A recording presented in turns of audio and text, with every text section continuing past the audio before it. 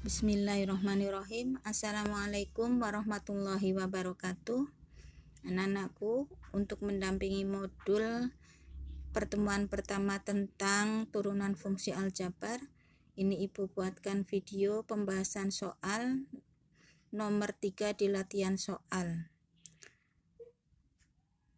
Setelah kalian mempelajari modul dengan sungguh-sungguh, kemudian mempelajari contoh-contoh soal dan melihat video ini, Ibu harapkan nantinya kalian bisa mengerjakan soal-soal yang lainnya secara mandiri. Di nomor 3 itu ada soal tentukan persamaan garis singgung kurva Y sama dengan X kuadrat dikurangi 2X ditambah 5 di titik min 1,8. Di min 1,8 ini adalah titik singgungnya. Min 1,8 ini untuk selanjutnya kita sebut X1 dan Y1 apabila kita akan masukkan ke dalam rumus, ya.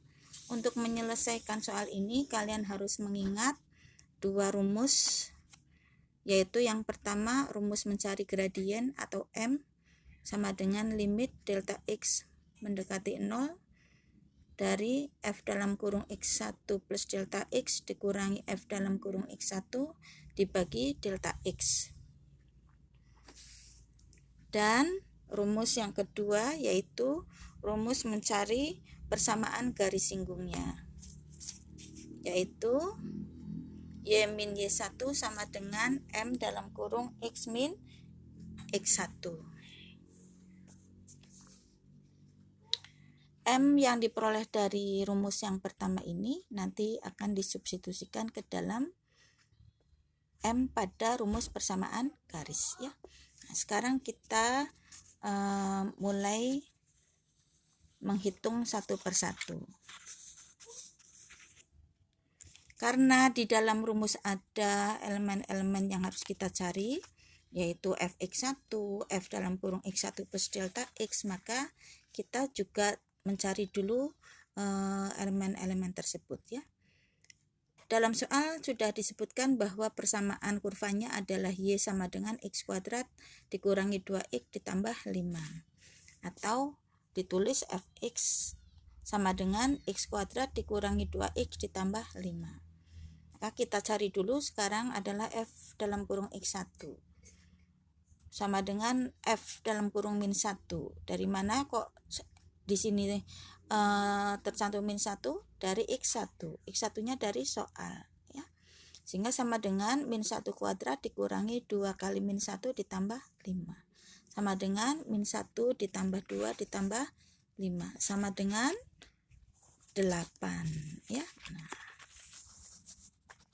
sekarang kita cari F dalam kurung X1 plus delta X. X1-nya tadi berapa? Min 1. Sehingga kita akan mencari F dalam kurung min 1 plus delta X sama dengan, karena persamaan kurvanya adalah X kuadrat, maka di sini akan menjadi min 1 ditambah delta X kuadrat dikurangi 2 kali min 1 plus delta X, karena persamaan kurvanya 2X, jadi X-nya itu kita ganti dengan min 1 plus delta X, ya. Jadi kalau ada huruf X pada persamaan kurva, kita ganti dengan min 1 plus delta X. Nah, akan menjadi seperti ini. Min 1 plus delta X kuadrat dikurangi 2 dalam kurung min 1 plus delta X ditambah 5 sama dengan min 1 kuadrat ditambah 2 dikali min 1 dikali delta X ditambah delta X kuadrat, ya. Ini penjabaran dari min 1 plus delta X kuadrat. Ingat ya, kalian waktu SMP mendapatkan rumus kuadrat. Nah, apabila ada rumus, ada bentuk kuadrat, maka kita bisa cari menggunakan dua cara. Cara yang pertama kita bisa dengan cara mengalihkan. Min 1 ditambah delta X kuadrat itu artinya ya min 1 ditambah delta X dikali min 1 ditambah delta X ini ya. Ini kurung-kurung seperti ini artinya perkalian. Tinggal dikalikan antar suku-sukunya. Min 1 kali min 1 ditambah min 1 kali delta X ditambah delta X kali min 1 ditambah delta X kali delta X. Ini penjabarannya. Hasilnya adalah 1 min delta X ditambah delta X kuadrat sama dengan delta X kuadrat dikurangi 2 delta X ditambah 1. Nih dikurangi atau minus 2 delta X itu dari sini. Min delta X jadi minus 2 delta X gitu ya. Atau yang kedua kita juga bisa menggunakan rumus kuadrat. A ditambah B kuadrat itu menjadi A kuadrat ditambah 2 dikali A dikali B atau 2AB ditambah B kuadrat. Sehingga akan menjadi seperti ini. Hasilnya pasti sama antara cara 1 dan cara 2. Ini tidak boleh dilupakan ya, sering dipakai ini, banyak sekali dipakai di berbagai materi. Nah, setelah kita mengingat itu, kita lanjutkan lagi. Jadi ini tadi min 1 ditambah delta X kuadrat, sudah tahu ya cara penjabarannya, ya tidak masalah. Ditambah 2 dari mana ini? 2 dari min 2 dikali min 1. Min 2 delta X dari min 2 dikali delta X ditambah 5, turunkan lagi. Sehingga sama dengan 1 dikurangi 2 delta X ditambah delta X kuadrat dikurangi 2 delta X ditambah 7 akan menjadi delta X kuadrat dikurangi 4 delta X ditambah 8 ya. Minus 4 delta X itu dari ini minus 2 delta X ditambah minus 2 delta X lagi ini ya. Jadi akan ada minus 4 delta X. Nah, ini adalah F dalam kurung min 1 plus delta X nya. Sekarang kita cari gradien garis singgungnya atau MGS garis singgungnya. M itu gradien, rumusnya tadi sudah kita ingat kembali di awal. Rumusnya seperti ini, tinggal substitusi F dalam kurung X1 plus delta X nya dari sini. Tadi sudah kita cari ya kan, tulis ulang. Delta X kuadrat dikurangi 4 delta X ditambah 8. Minus 8 dari mana? Dari F dalam kurung X1. Nah, tadi hasilnya 8 ya kan? Tinggal substitusi ke sini. Dibagi delta X. Sama dengan limit delta X mendekati 0 dari delta X kuadrat minus 4 delta X dibagi delta X. 8 dikurangi 8 kan 0 ya. Sehingga tinggal limit, karena semua suku mengandung delta X, kita keluarkan delta X nya. Limit delta X mendekati 0, delta X dalam kurung delta X dikurangi 4.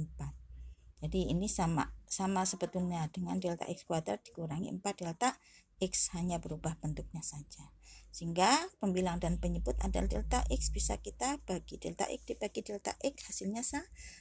Sehingga tinggal limit delta X mendekati 0 dari delta X dikurangi 4. Delta X mendekati 0 berarti 0 dikurangi 4 sama dengan minus 4. Nah, ini adalah nilai gradiennya. Langkah terakhir adalah kita menentukan persamaan garis singgungnya. Rumus yang tadi kita pakai ini ya. Y min Y1 sama dengan MGS dalam kurung X min X1.